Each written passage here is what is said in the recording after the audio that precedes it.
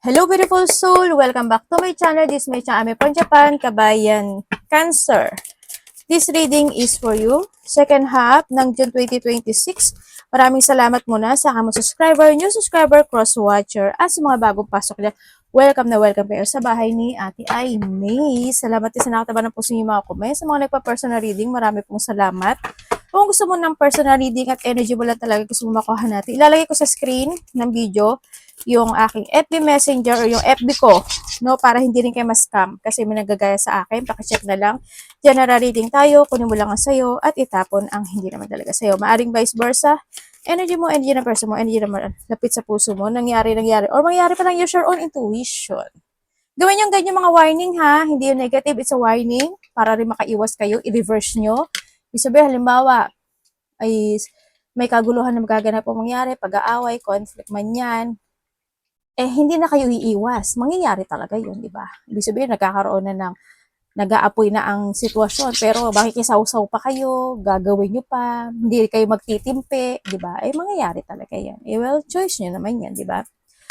Okay, Cancer, magkakaroon na, may mamimit ka daw na stranger. Important stranger na mamimit mo. Meeting with a stranger could be important. May makikilala ka, no? Pwede itong tao na to makakatulong sa'yo. Pwede na doon sa point na yun. May mga new venture, new creative idea, at a fresh start. Congrats kung saan man itong fresh start mo, no? Halimbawa, sa trabaho, sa relasyon, sa buhay, may natapos na, halimbawa, di ba? May mangyayaring new beginning na, okay, may mga new venture ka na gagawin. O so, mo, sunrise ka dito, isabihin success yan na recovery. Baka in that time, makikilala mo yung stranger person na to. Or pwede ito yung tao na to, makakatulong sa'yo or makakasama mo in your new venture, or siya magbigay ng yung idea sa'yo, or a fresh start, ano, kung ano man iyan. Ay merong criticism. You should accept valid criticism. Ibig sabihin, maybe ikaw ito or someone who's connected sa'yo. At merong, increase your effort para daw ma-achieve mo yung goal mo. Ibig sabihin, kung nagbibigay ka na ng effort and hard work, i-push mo palalo. Ano? Yan. O may mga bagay ka na, magbibigay ka talaga ng effort, kahit pagod ka na, bibigay mo pa rin ng effort na yun, mga ganang sitwasyon. We have the ladder going toward to success. Congratulations! Marami mang balakid, marami mang problema, magiging maguluman yung daanan mo. You will going toward to your success. Congratulations kasi may successful happen into your life. Disappointment in a friend or a lover. Magkakaroon ng mga disappointment. Pwede sa kaibigan mo, mga nasa paligid mo, kasama mo sa trabaho, or sa karelasyon mo. Yan. Baka may mga nalalanta ng mga bulaklak sa inyong place, ano? And period of ill health and depression. May mga bagay na madidepress ka talaga sa iba sa inyo. Pwede sa lovers or sa friend or sa mga paligid mo lang din. Ingat ka na lang din sa langaw, ano? Kasi di ba may mga ano rin yan, biking o may sakit na makukuha o may tao, no? Na magkakasakit or may sakit. Yun. Sa iba dito, ano to, parang depression, stress, ganyan, no? Parang alam mo yun yung, kahit ano na lang, ganyan, go, go. Parang nandun sa point na yun. Sana wag naman, ano? Yan. Yan. Ingat na lang kayo sa inyong health issue. Kung baka magkasakit kayo, i-remedy nyo na kaagad para hindi lumala. Need health, assistance, and guidance. Pwedeng ikaw ito, sa kanya, ano, bibigyan ng health, assistance, or guidance, or maybe someone is may bibigay nito sa iyo, no? Or magkakaroon ka ng connection. Or pwedeng itong tao na to, na stranger, di ba, ang magbibigay sa iyo nito. Or pwedeng yung stranger na to magbibigay sa iyo ng may dala pala siyang sakit. May inuubo pala siya, nilalagnat pala siya, nahawa ka pa, di ba? O kaya when it comes to friends and lover, di ba? Naku po, wag naman sana, di ba? O kaya naman is, kung ano man yan, basta nandito naman si Sunrise din, ano? And ingat na lang ka din kayo sa hand, no? Sa iba sa inyo, either may duduro sa'yo, ikaw man duduro, may tatapik sa'yo, ibalik nyo, o tatapikin mo, o kaya naman papalo sa'yo, ganyan. Huwag ka naman sanang batukan, maipit ka, huwag naman sanang maputol yung hand mo o yung daliri mo, no? O kaya, mamanhid, basain, o kaya is mahiwa, magdugo, matalsikan ng kung ano, mabanlian ng kung ano. Basta ingat kayo when it comes to a hand, no? And money pot. Uy, may tatahakin ka talaga. May naghihintay sa'yo kasi nandito si Bamboo. Diba? Apat, money is waiting for you to find it. Ibig sabihin, iba sa inyo is may paghahanap or halimbawa, naghahanap kayo ng bagong trabaho o kaya may trabaho kayo, naghahanap ka pa ng abalahan, abalahan. Hindi, pagkakaano pa ng income, mga ganyan. Or may darating sa'yo na pato na you will grow. Kasi ito luck to eh. Tamo, puro pera siya, di ba? Congrats. Pwede yung mga, doon mo makikilala yung mga bagong tao na stranger na importante, di ba? Or you need to meet a stranger kasi pwedeng isa rin kasi sila sa makakatulong sa'yo for your success, di ba? Baka makasama mo siya dito, di ba? Kung ano man itong bagong path na naghihintay sa iyo, congrats. Tabihin natin ito si Fly. And peace and harmony. Makakaramdam ka na ng peace and harmony this time. Siguro mas more magiging relax ka, mas more magiging panatag ka, magkakaroon ng pagkakaisa, or you feel at peace this time. Siguro after the hardship, after the disappointment, hindi ka nang mapabayaan ni universe no? May mga disappointment naman talaga sa buhay na magaganap o mangyayari, or hardship, o mga depression. Pero, kasi, mangyayari yun kasi yung the best path, ibibigay talaga niya sa iyo. Kaya, huwag ka madi-disappoint o huwag ka madi-depress sa isang sitwasyon na magaganap o nang mangyayari sa buhay mo. Kasi, hindi yun, ibig sabihin, hindi talaga siya para sa iyo. Kasi kung para sa iyo yun, kahit lumakpas yun, hahabulin ka nun. Babalik at babalik yun. Yun ang palagi nyo tatandaan, ha? Congrats, baka may mga windshield kayo, no? Ako may ganyan ako. Sa beranda ko, tsaka o di na, kwento na naman ako si ate, di ba? Tsaka, dun sa sa mintuan, sa open ng door, para yung di ba, pag ring siya, yung mga bad energy, lumabas na sila, hindi na sila pumasok, at hawiin niya papaloob yung mga good energy. Maganda yan. As in. And we have the broom. New home, new attitude. Baka naman may kailangan kayong baguhin sa attitude niyo. Sabay ka rin, di ba? Okay, may mga pagbabago magaganap mangyayari in some aspect of your life. Maglilipat ka ba ng bahay? Lipat ka ba ng trabaho? Maglilipat ka ba ng place? Magbo-borders ka ba? Apart? Kung ano man yan. No? Basta bibili ka ba ng bahay, papagawa ka ba ng bahay, magpaparenovate ka ba ng bahay, o may mga pag-uusapan kayo related to house, no? O tirahan, ganyan. Sa iba sa inyo. Basta kung titignan ko dito, no? Baka iba sa inyo, kailangan nyo na maglinis-linis. No? Iba dito si pagsipagan, diba? Iba sa inyo si pagsipagan ko, no? Kapag tamad talaga, kapag sinipag, diba? Hap nun. Sabay ka, naging hap na lang no? Tingnan natin energy mo. Energy ni Cancer.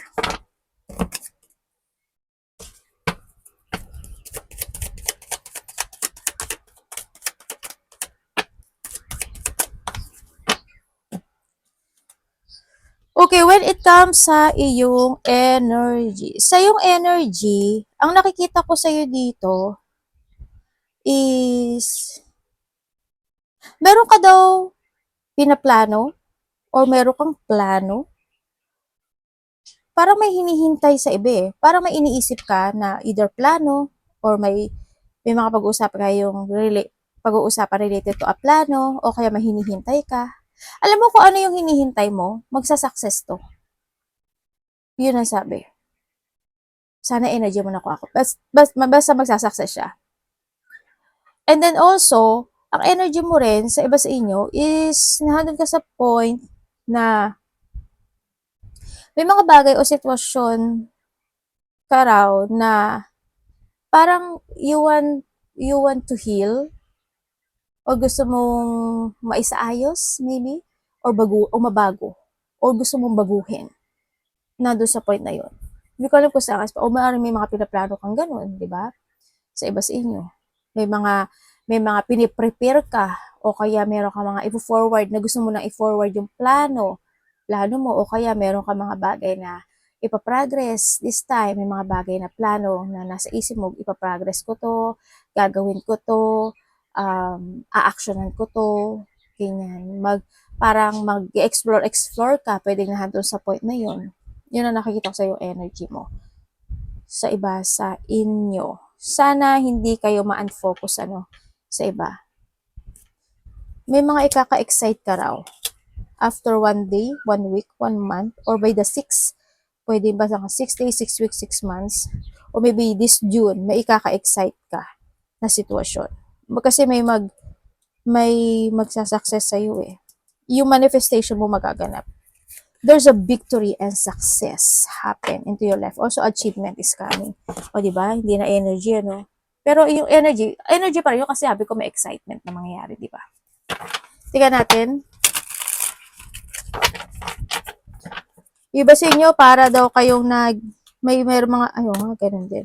Para meron kayong mga sitwasyon na nagtitiis at nagtitimpi. Kinakabahan kayo? Bakit? O nalilito kayo? Iba dito kinakabahan, natatakot, o nalilito. No? Focus lang sa isa. Yung sa tingin mo na makakagood sa iyo. Parating. Cancer.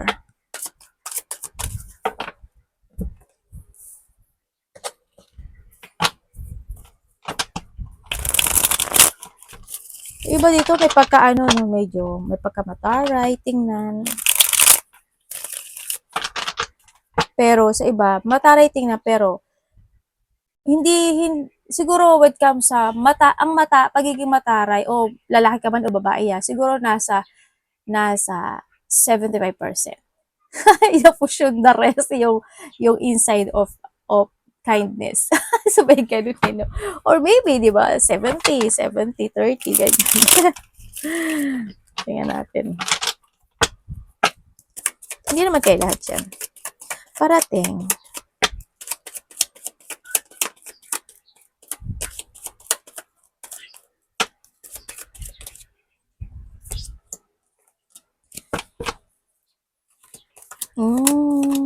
Uy. May ano ka.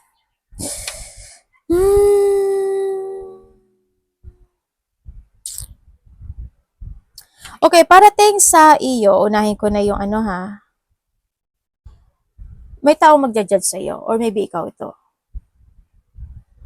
Tapos, may taong nag-iisip ng kabiguan sa iyo. May taong magiging rude or bastos o hindi maging maganda. Bullying, sana hindi ikaw ito o huwag ka makasawsaw. Feeling burnout, unfocusing, hindi mapakali. Parang nandun na yung point na merong parang may pipilitin kang sitwasyon. May ganun daw. Or may taong magpipilit. Tapos, sa iba naman sa inyo is may pangliling lang o pandaraya. Sa iba, meron kasing gumagawa ng hindi magandang chismis. Sana hindi ikaw yun at hindi ka makasawsaw. But there's an evil gossip ako na nakikita dito. Also, parating sa iyo is may fortunate outcome. Ibig sabihin, there's a difficult time happen sa buhay mo na magtatapos na. Handito rin yung panimula or new beginning happening to your life. Sa iba naman sa inyo is may wish come true ka na makakamit. May naghihintay nga, may hinihintay ka. May offer ako nakikita sa'yo, no? Pwedeng may offer, makakalasip ka ng text, message, news, ganyan. Nababalik ang iyong confident.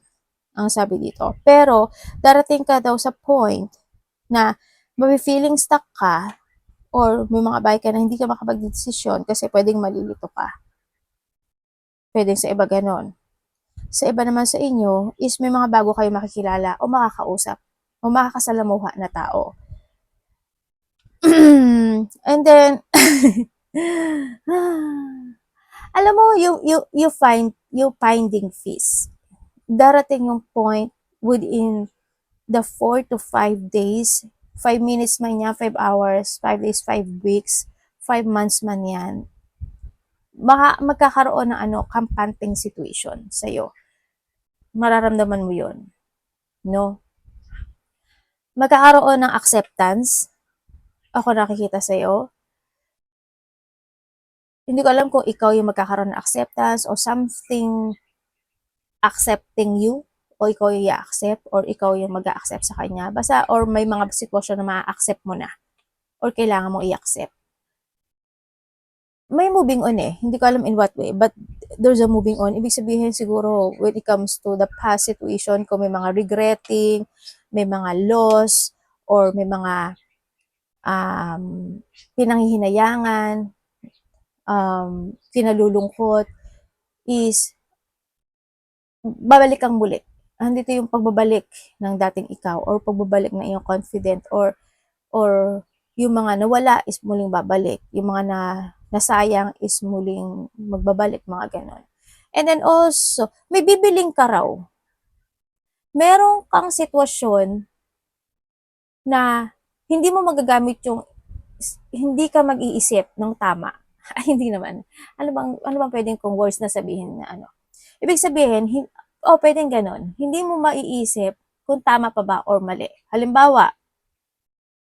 Halimbawa, meron akong cellphone, 'di ba? Buo naman siya, 'di ba? Pero dahil gusto ko talaga yung bagong cellphone ngayon, 'di ba? Yung iPhone 18, 17, bibilin ko siya. Gumagana pa naman yung cellphone ko, 'di ba? 'Yon. Parang hindi siya nagiging practical, kumbaga. Hindi mo iniisip kung tama pa ba o hindi.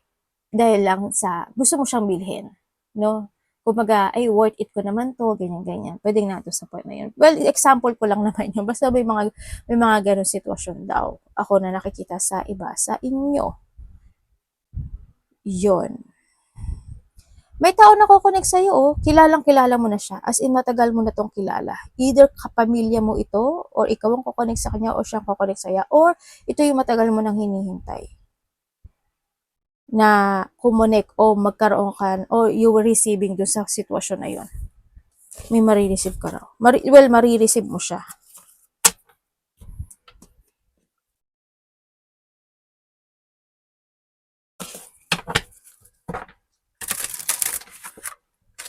May taong hindi ko alam kung wala lang ba siya sa wisyo, wala lang ba siya sa tamang pag-iisip, baliw ba siya, o wala lang talaga siya sa katwiran, or handun yung point na kung ano lang gusto niya sabihin, sasabihin niya. Mayroon ako nakitang ganun tao eh. Yun. Tapos, may masungit. May taong magsusungit or ikaw or someone. Tapos, meron ding medyo harsh kasi yung salita niya. Yun, may nakita kong ganun. Dapat iwasan ni Cancer. Sana wag kayo yun, tsaka wag ka makisawsaw sa ganun. No? Yung iba naman sa inyo, may hindi pakikinig, no? Sa advice. May taong hindi makikinig sa advice. O sa payo. O opinion. Ikaw or someone.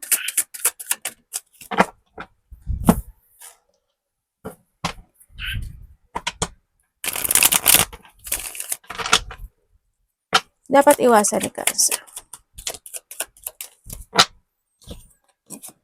Ay, sorry. Okay, dapat mong iwasan. Siyempre, yung mapanghinaan ka ng loob. No? Kung may mga bagay o sitwasyon na kailangan mo aksyonan, fokusan, or mag-take advantage sa lahat ng aspeto ng buhay mo, gawin mo. You need to save money, kung ano mga sasabihin mo, pag-isipan mo, tama ba o mali, makakasakit ba or hindi, yung mga decision, action, movement, plan mo, pag-isipan mo maigi, tama ba, practical ba, good ba, magsasucess ka ba doon, yan. Kung may mga bagay na need to recover, i-recover, mga ganyan. And syempre, yung false impression, tsaka self-doubt, or mawalan ka ng lack of clarity sa sarili mo. Mapanghinaan ng loob. Syempre, handun din yung point na ma-imbalance ka, syempre, no? Palagi mong tatandaan palagi na mag-save ka ng money, alagaan mo yung sarili mo, tapos huwag masyadong mabait. Naging masama na naman si ate. Okay naman yung maging mabait. Basta control and balance lang, ha? Yan ang nakikita ko dito. Iwasan mo na kung sa aspeto ng buhay mo, kung masyadong pang-aabuso, ganyan, No, wag ka magpapaabuso or wag ka mga abuso ng tao, ha? Or makikisaw-saw sa mga ganun, ano? Ganyan. Basta, maging mabait. The more na magiging mabait ka, the more na very grateful or may gratitude ka, maraming blessing na darating sa'yo talaga. Alam ko naman, alam niyo yun eh. As in, promise. Yun ang nakikita ko sa inyo. Tsaka ano, basta mag-save kayo ng money, ha? Yeah, use your common sense din, ano, sinasabi to. Kailangan mo rin kasi na may mga skill development na kinakailangan, sinasabi dito, or kailangan mo talaga maging aware sa lahat ng aspeto ng buhay mo. Love, kapatid, anak, magulang, karelasyon, kaibigan, pamilya, Cancer in love.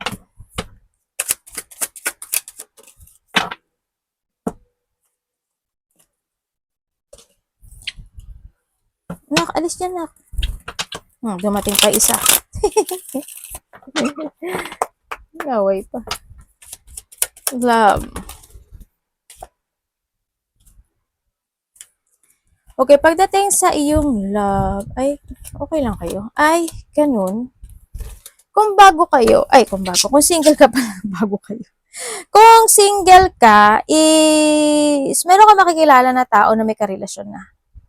Or kasal na to. O may pinangakuan na. Saklap. Diba? Wag naman. Okay. Kung kayo naman, basta energy reading tayo Kung nagkahiwala kayo nitong tao, oo, nagkaroon ng, biglaan lang din kasi hindi na nagkasundo eh. No? Nagkaroon ng attraction sa iba, nagkaroon ng third party. Siguro yung iba sa inyo, nagulat ka na lang, may karelasyon siya, or nagulat ka na lang na, kasal ka pala. Diba? Or maybe this is you. Diba? Yun. Nagkaroon na talaga ng pagtalikod.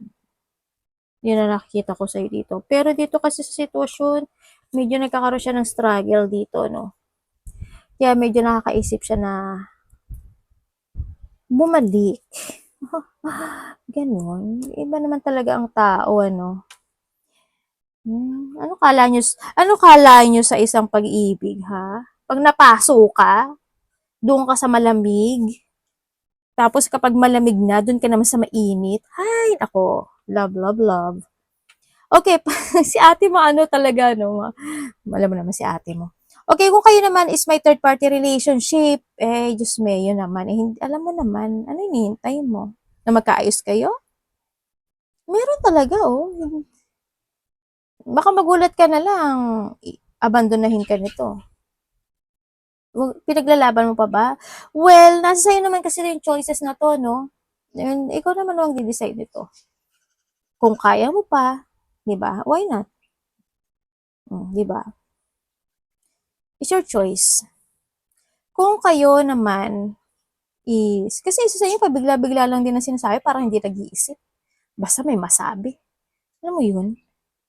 Minsan, kapag kasi masyadong magpa-fire yung situation no? Kapag isipan nyo maigi kung ano itatapon yung salita, mga ganyan. Kasi mas mahirap kasi kapag pareho kayo nagiging fire, di ba? Mauuwi lang kayo sa sakitan. Kailangan isa sa inyo, pakalmahin nyo muna, tapos tsaka kayo uli mag-usap uli. Kasi the more na magiging hate yung puso nyo sa isa't isa, magkakaroon na talaga ng malaking distance yan. Mga gano'n. Imbis na, alam ba, may third party, imbis na, ay, iwanan ko na to, yung third party ko, yung kabit ko kasi, yung karelasyon ko kasi, grabe, sobrang bait, ganyan, kahit na ganun ginagawa sa kanya, ganyan. Pero kung magiging trigger ka sa kanya, ay naku po, lalaki yung distance niya, abandonahin ka talaga niya. Diba tinuruan ko pa naman kayo? Basta kayo, kung kayo ang original ha, kung kayo yung third party, know your place. Diba? Karma is coming din naman dyan. Ingat na lang din kayo, diba?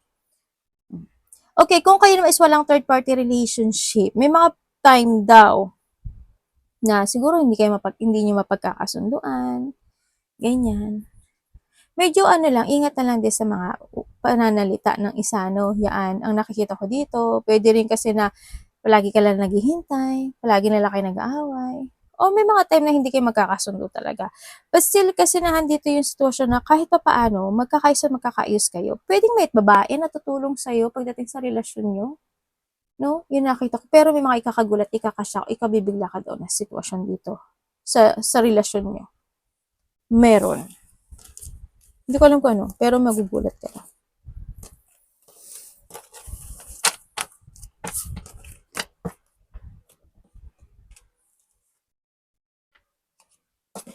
Tingnan natin ang iyong money, Cancer.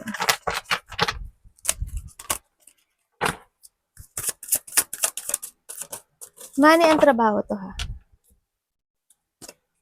Equal, ah.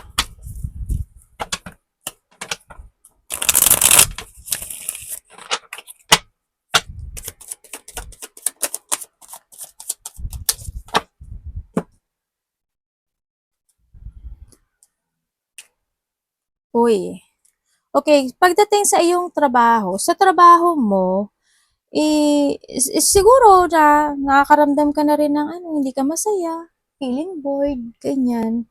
Siguro nung nakapag-iisip ka na gusto mo na mag-holiday, mag-rest day, magbakasyon, o mag-travel, malayo o malapit yan, ganyan. Pwedeng nado sa point na yon.